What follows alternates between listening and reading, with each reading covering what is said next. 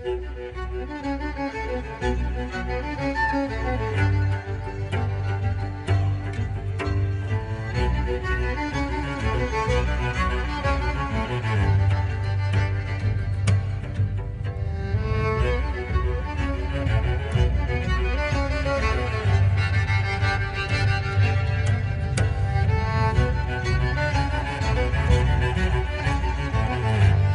to może być?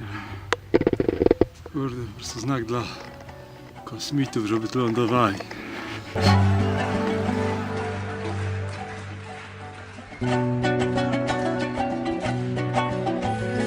Jesteśmy na szczycie Agaro 2255 Kilimandżaro Macedonii! Agaro! Pogoda jest super, widoki też. Taki jak widzicie. Ale wiecie co? Spadamy już, bo zimno!